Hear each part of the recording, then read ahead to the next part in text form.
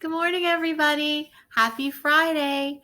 Sarah and I are back at the New Providence Facebook page, and we brought a new special story for you to read today. And then at the end, Sarah will tell you what she would like you to do with the story or about the story. All right, Sarah, go down. Sarah's going to take a little rest when we read. This book is called Grandma Gatewood, and it's about a story about a woman who hikes the Appalachian Trail, and it was written by Jennifer Thermes.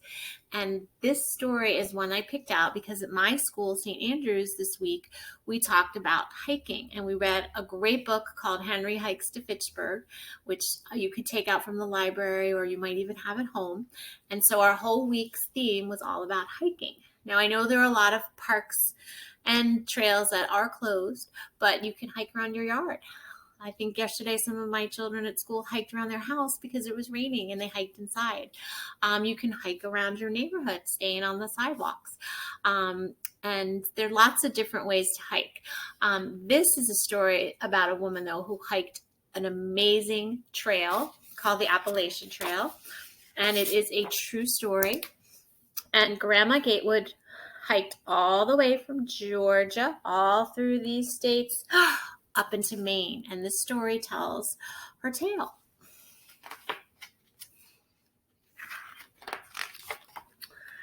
Between 11 children, the clothes to wash, the cow to milk, the garden to tend, and the occasional person passing through to feed, and one husband, Emma Gatewood rarely got a break. But sometimes she found a way to escape. A long ramble through the hills behind the farm was all Emma needed to set her heart right again.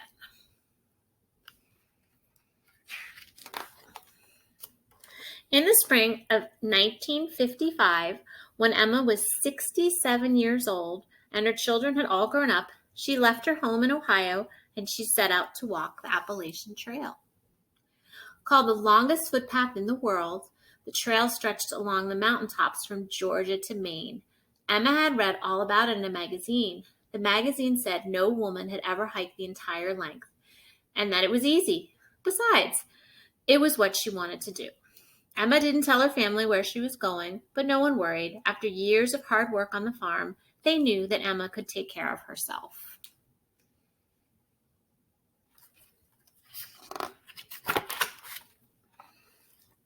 The Appalachian Trail is about 2,190 miles long and passes through 14 states. It follows the chain of mountains known as the Appalachian Mountains, which are over 480 million years old. It takes about 5 million steps to walk the entire trail. And this is the day that Emma starts. It's May 3rd, 1955, and this is when she starts walking. And then she heads up here. It's May 14th and goes a little further on June 4th. And she's in Georgia and North Carolina and Tennessee. There's Georgia and South Carolina and North Carolina. Emma wore canvas sneakers and carried a homemade sack packed lightly. She ate berries from the side of the trail and drank from cold mountain springs. She rested under trees and on top of rocks warmed by a fire. Some nights the sky was so big and dark that Emma was afraid to sleep. Other nights she curled up on a soft bed of leaves with plenty of mice to keep her company. Emma hoped to avoid meeting a bear. But she did once and chased him off by hollering as loud as she could. The trail ran over hills, across streams, along roadsides, and through small towns. At times, the woods felt like a long green tunnel. Sometimes Emma lost her way, but even without a map, she always found it back again. Some mountain farmers didn't know what to make of Emma, with her hair like a wild woman after days and nights on the trail, but most gave her supper and a cozy place to sleep.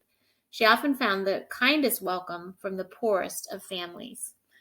Word traveled as she wound her way north, and Emma soon became known as Grandma Gatewood.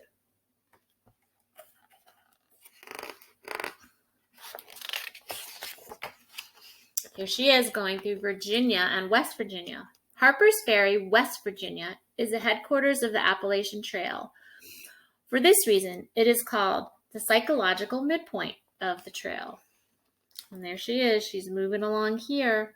It's June 9th. And going up here on June 28th, right to Harper's Ferry, which they say is kind of like the midway point. And this is in West Virginia. Emma scrambled up and down steep hills carved by glaciers that had melted millions of years ago. The trail wasn't quite as easy as that magazine article had said. For some reason, they always lead you right up over the biggest rock to the top of the biggest mountain they can find, said Emma. The weather turned from brisk and windy to hot and sticky and buggy, to soaking wet to sunny and sometimes within a few hours. But Emma kept walking. Some days were rather dull. And other days, the view went on forever.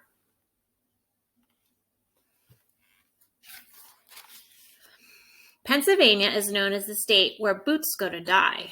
Parts of the trails are covered with sharp rocks that are hard to walk on, called Felsmeer, which means sea of rock in German.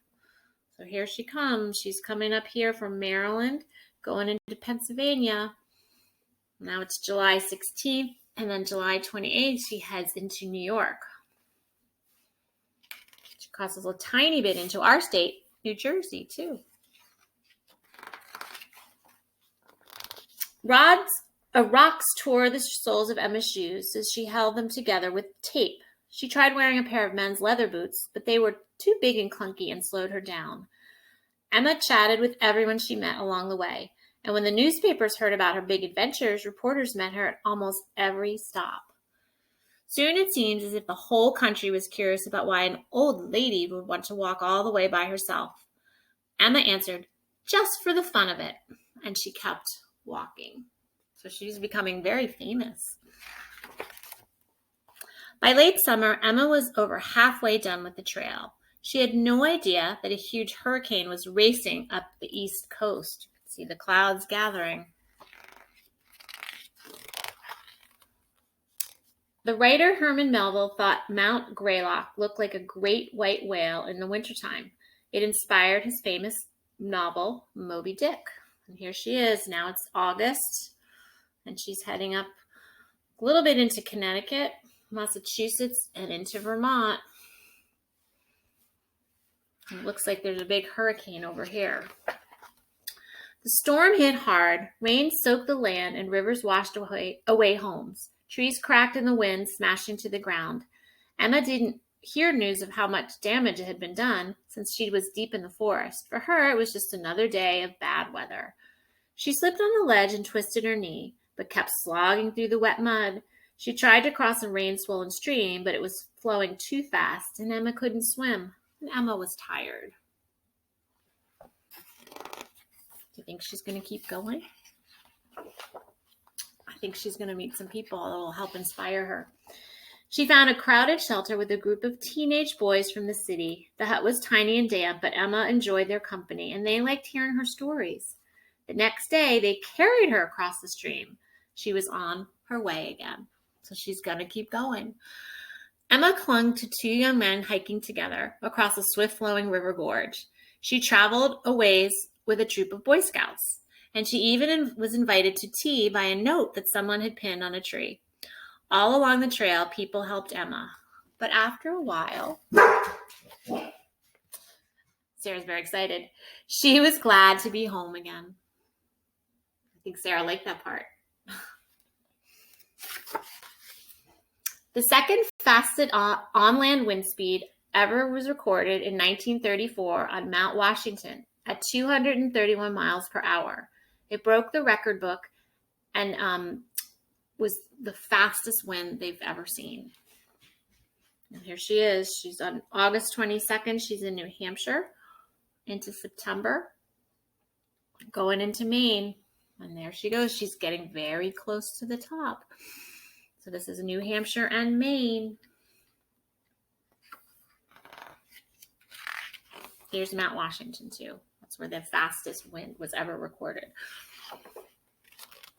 As Emma traveled further north, the pine trees smelled like the coming winter. She balanced on mountaintops, scared the wind might blow her off, but she kept walking. By now, she'd almost reached the end of her journey. Park rangers ferried her across a wide river. Just one more mountain to climb. Do you think she's going to make it? There she is. Emma wore every piece of clothing she carried, plus a coat someone had left behind on the trail. Her last pair of shoes was in tatters. It was bitterly cold. She could barely see through the thick fog with eyeglasses that had cracks in them. Her knees ached and her ankle was sprained, but Emma climbed and crawled and pulled her way up the mountain until at last she reached the top. Emma sang a verse from America the Beautiful as loud as she could. She had set out on the hike and the entire trail by herself, and she did it. Less than 2 years later, she would do it again. I wanted to see some of the things I missed the first time, said Emma. And that's her story. And again, it's a true story. And I believe she actually did the Appalachian Trail 3 times in her life. And a great quote from Emma Grandma Gatewood is, I kept putting one foot in front of the other. And she did it. So Sara has a question for you. Sara, come here. Come here. Sometimes I have to go get her. So I'm going to go get her. Come here. Come here. Come here, cutie. Come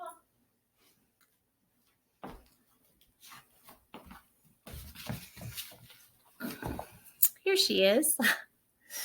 And Sara says she would like you to take a hike or a walk this weekend. You can go with your family.